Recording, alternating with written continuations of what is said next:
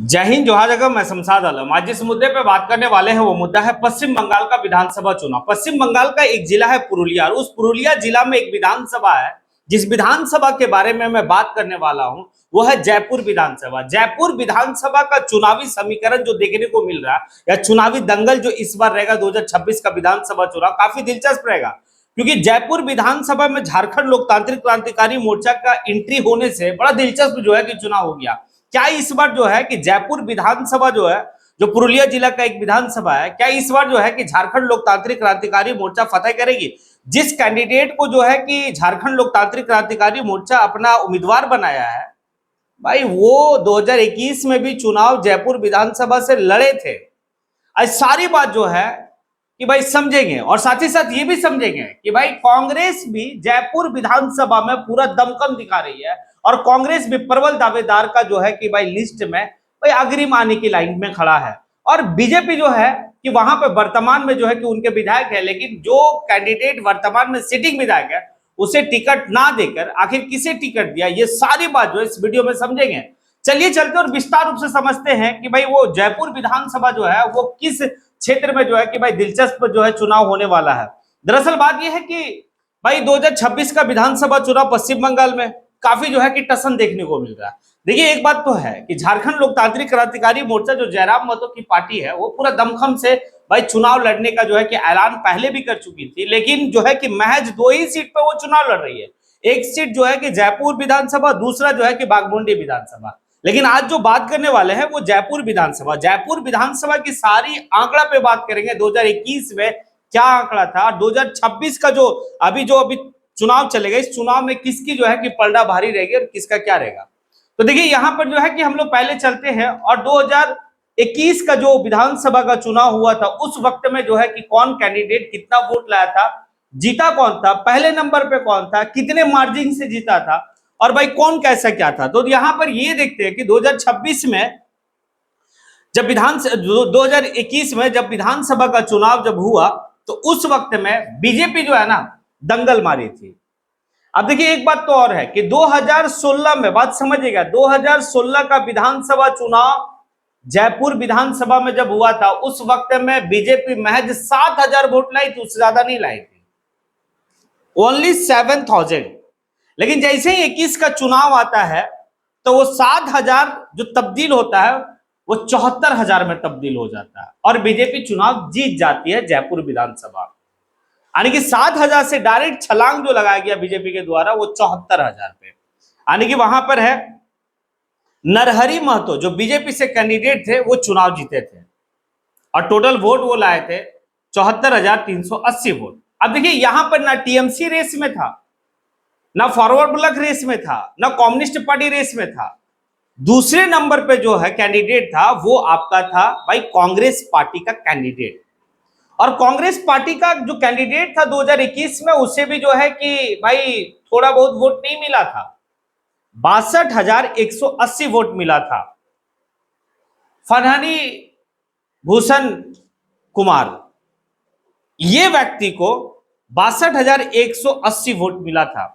जीत का फासला महज जो है कि कह सकते 11-12 हजार का जीत का फासला था। लेकिन जो तीसरे नंबर पे व्यक्ति था वो इस बार जो है कि भाई सुर्खियों में है। जो 2021 में जो तीसरे नंबर पे था, अब लोग वहां पे कह रहे हैं कि इस बार जो है कि तीसरे नंबर से वो पहले नंबर पे हो जाएंगे, और वो व्यक्ति निर्दलीय उस वक्त में चुनाव लड़े थे।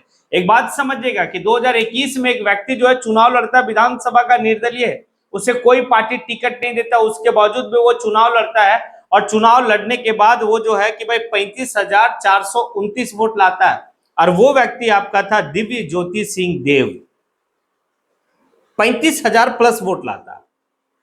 लेकिन इस बार 2026 में दिव्य ज्योति सिंह देव जो है, जो ऑलरेडी 2021 में 35,000 वोट लाया था, 2026 में झारखंड लोकतांत्रिक क्रांतिकारी मोर्चा जो जयराम महतो की पार्टी है वो अपना कैंडिडेट इसे बनाई है।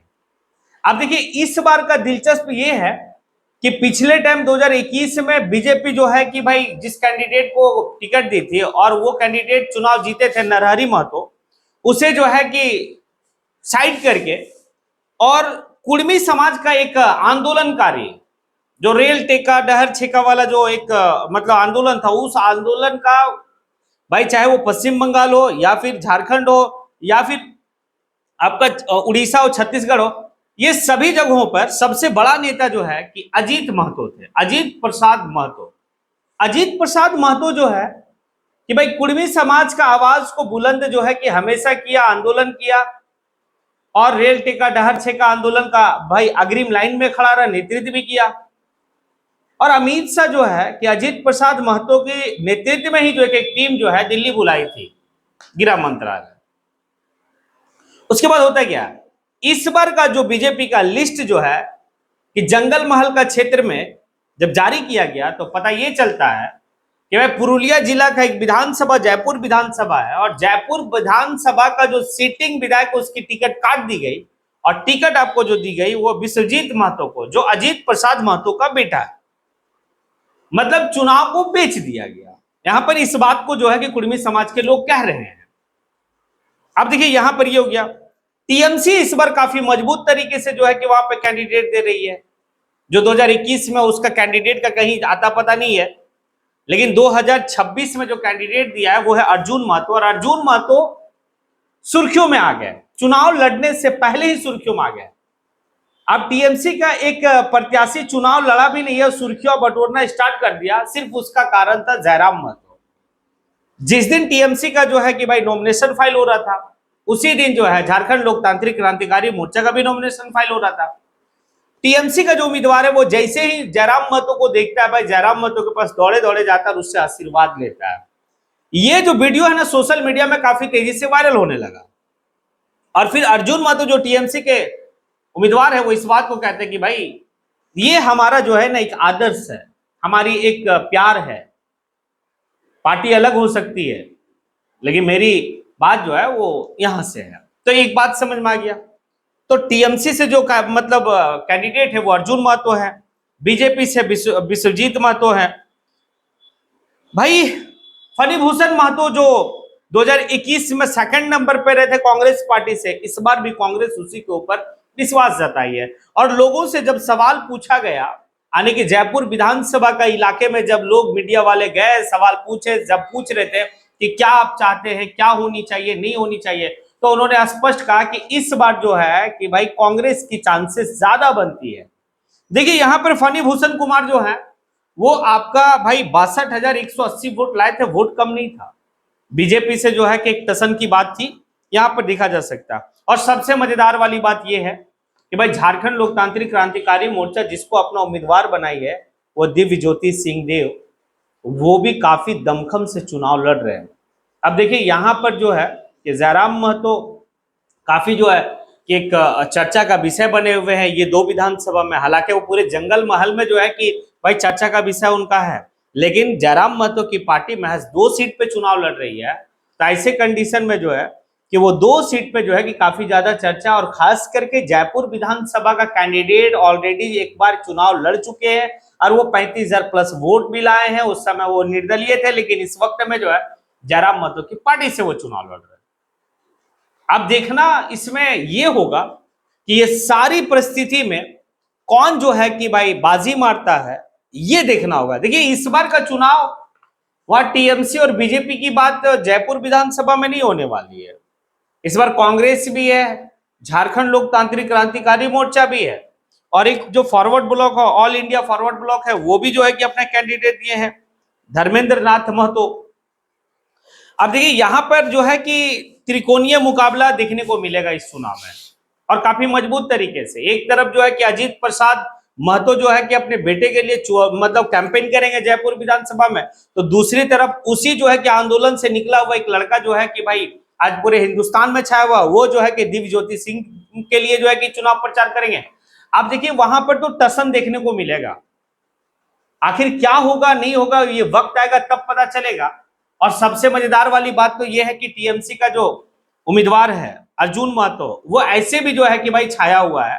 कारण है कि जयराम महतो से जाके जब आशीर्वाद लिया, भाई सुर्खियां बटोरना स्टार्ट कर दिया। तो पहला बॉल पे ही छक्का मार चुका अर्जुन महतो। लेकिन दिव्य ज्योति सिंह भी को कम नहीं आका जाए, क्योंकि जयराम महतो की हाथ में जो है कि कमान रहेगी, तो जयराम महतो भाई अपनी जुबान से, अपनी बात से लोगों को प्रभावित करता है। खैर चलिए देखेंगे क्या होता नहीं होता, लेकिन आप जो है कि ये सारी इंफॉर्मेशन आपको कैसा लगा, क्या लगता है कि जयपुर विधानसभा जो है वो किसके पाले में जाएगा? क्या टीएमसी के पाले में जाएगा, बीजेपी के पाले में जाएगा, कांग्रेस के पाले में जाएगा, या फिर जयराम महतो के पाले में जाएगा? आप जो है कि कमेंट बॉक्स में आके कमेंट जरूर करें। इसी के साथ मैं अपनी बात को यहीं पे समेटता हूं। जय हिंद।